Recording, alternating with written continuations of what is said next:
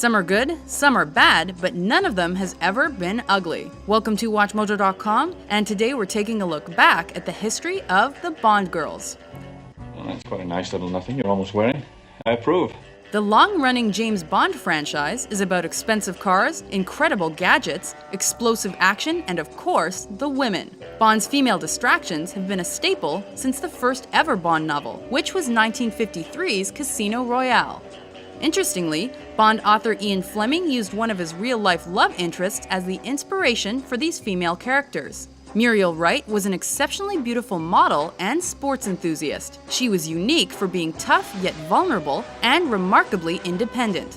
Unfortunately, she died in an air raid during the Second World War. This tragedy sparked an ongoing theme within the Bond narrative. Many of Bond's women suffered untimely deaths, and this left the protagonist tormented by grief. Aside from their unfortunate ends, Bond girls are also typified by their youth. While Bond was written as a 30-year-old man, most of his ladies were in their early to mid-20s. In the films, older Bond actors widened the gap between 007 and his love interests, sometimes to uncomfortable extremes. The first Bond girl ever written was Vesper Lynd in Casino Royale. However, the first one to appear on the silver screen was the stunning Honey Rider, played by Ursula Andress in 1962's Dr. No. Not all of Bond's female companions became significant characters in the series. While a few faded into the background, others became major players within the story. Some even switched allegiances and turned out to be villains.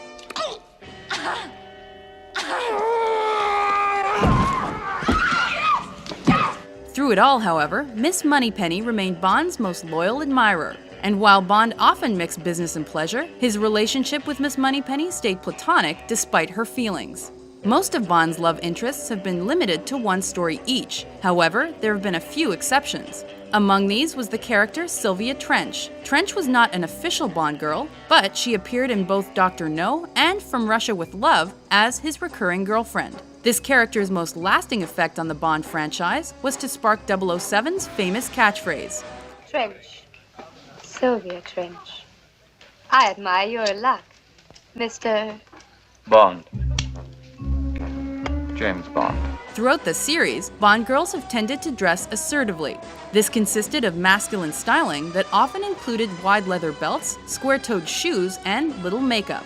Another common attribute of Bond girls was their sexually suggestive names. These ranged from Moonraker's Holly Goodhead to GoldenEye's Xenia Onatopp to Pussy Galore and Octopussy. My name is Pussy Galore. I must be dreaming.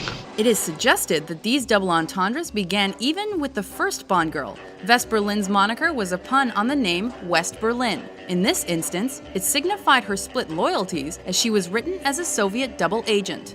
Most of Bond's women were as sexually charged as their names suggested. However, there was a catch. They usually had torrid histories with men that caused them to withdraw from the hero until he earned their trust and affection. To date, only 2 girls have ever managed to capture 007's heart. These included Tracy DiVincenzo, whom he married, and Vesper Lynd. Sadly, these characters and many more were doomed, while the rest of Bond's girls simply disappeared without explanation. Despite that trend, most actresses who took on the coveted part of Bond girl received major career boosts from the role and became part of cinematic history. Dink, say goodbye to Felix. Man talk.